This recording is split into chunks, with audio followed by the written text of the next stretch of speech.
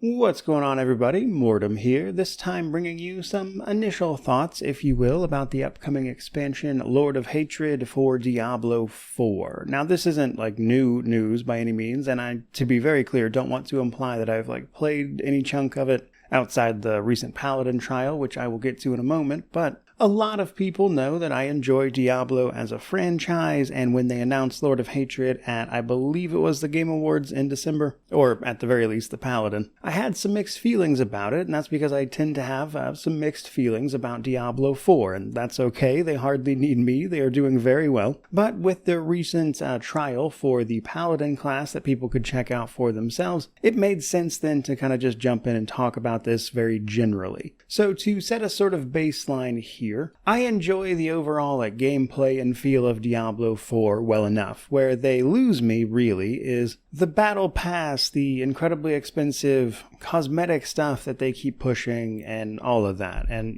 to be fair, if it's selling, I get why they do it. I am not so naive as to believe that they, aren't in the business of making money. But all of that stuff combined with that fact that, multiplayer isn't just my thing kind of across the board, really. And you've got a game that, I want to like, but there's just a lot of stuff in the way. And if anything, it makes me kind of standoffish. Well, insert Lord of Hatred, and suddenly we've got some stuff to talk about, because I am curious about what they do with the narrative, but I'm not really committed to hardcore playing it and grinding out in-game stuff, things like that. And so when Lord of Hatred drops at the end of April, I believe April 28th is the actual release date for it, I have a feeling that what I am likely going to do is simply play through the narrative of it, enjoy the new class or two a bit, and that's probably going to be pretty much the extent of it. And if it wasn't for the fact that there's just not a lot going on right then, I probably would have just passed over it or simply not made a video about it. Either way, however, I do think the Lord of Hatred expansion as a whole is doing some interesting stuff, if ignoring the fact how incredibly expensive the Ultimate Edition they're pushing with a bunch of cosmetic items is. So first, let's go ahead and talk about what this expansion is actually going to be, and then we can kind of go into it from there. So straight away, Lord of Hatred is bringing the two new classes, Paladin and Warlock. If you pre-order, Paladin is already available. They are having a free trial over on Battle.net,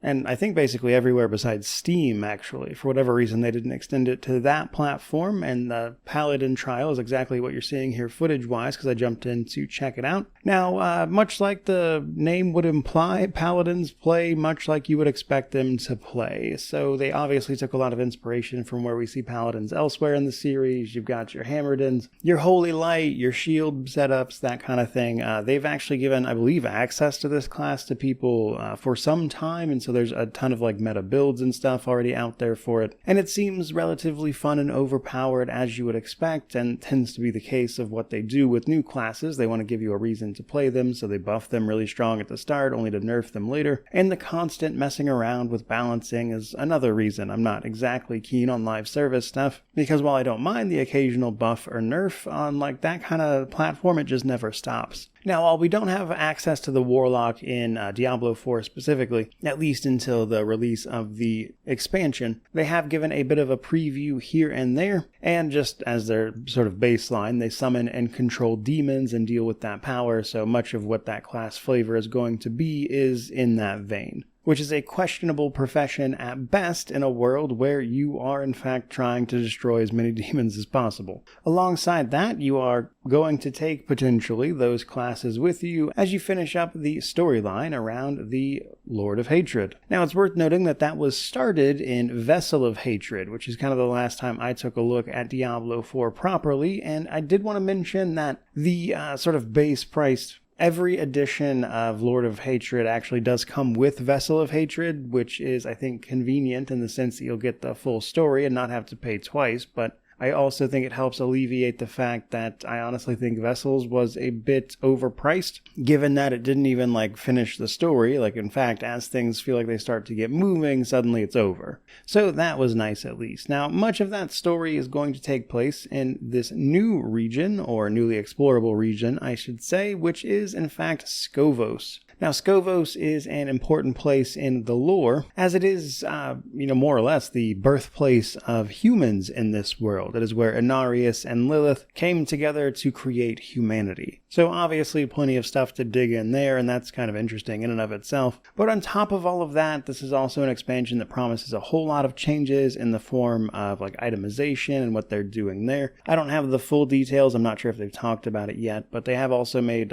major reworks to skill trees in the form of like skill variants and things that will be available for each class. They'll also be adding things like a loot filter and a brand new end-game system to help you potentially acquire all of that loot. Now, they describe this end-game system as war plans that allow you to create your own end-game by advancing through your personal favorite sort of in-game activities, while being able to then modify them thusly. That is, I think, an idea that could work out, giving people the option of a multitude of things to do in an in-game and, still get the things they are after loot and gear-wise, does, I think, have the potential to be a bit more fun, especially since, it's not impossible for in-games in these types of games to get a little stale after a while, and this has the potential, I think, by the sounds of it, to mix that up a little bit, but of course I'd have to see where it lands. Now, that's not the only thing, however. They did also mention that there's another in-game thing called the Echoing Hatred, which they seem to describe as some sort of endless demonic horde thing. And then apparently they're also going to add fishing as well, which seems a little out of place in the context of everything else, but a lot of people love their fishing minigames, so there's that. Now that's kind of the bulk of what the Lord of Hatred is bringing, and all told, I think if that's actually fun to play, then the $40 base price tag for this and Vessel of Hatred, which had all of course its content and everything, is not the worst deal in the world. Where it starts to get sketchy are the deluxe and ultimate editions, which primarily just add a bunch of cosmetic stuff and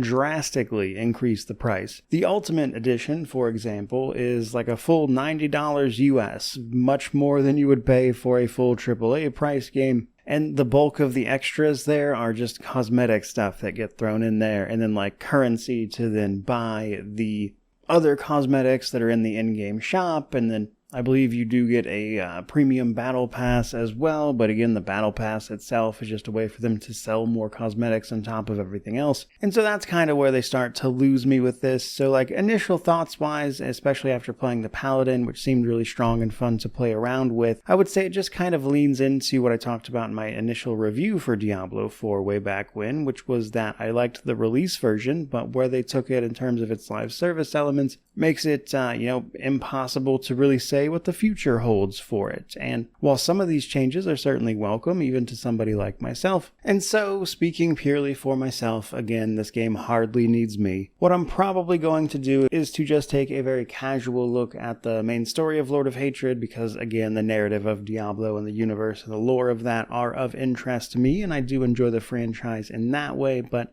I'd be lying if I said that I'm like super invested in playing it beyond that. But yeah, for me, just kind of a mixed bag. Some things that I think I will enjoy mixed with the usual stuff around Diablo 4 that prevent me from playing it more in the first place. And so when I cover this towards the end of April, or probably the beginning of May realistically, it's just going to be, I would say, a probably pretty casual approach focused on the things that I most want to see and kind of go from there. So that's kind of where I'm at with it. That said, I would love to know what you think about it down in the comment section below. Genuinely, I'd love to hear what you think about the upcoming changes, all that stuff. I have hardly kept up with the game. I think there are plenty of people watching this who probably know more about it than I do at this point, and I'm very open to hearing what you guys have to say. But for today, that is pretty much going to do it. Certainly hope you enjoyed it. If you did, by all means, like, comment, subscribe, all that YouTube jazz. But regardless of any of that, truly, just thank you so much for watching. I really do appreciate it. May you wander in wisdom and have an amazing day.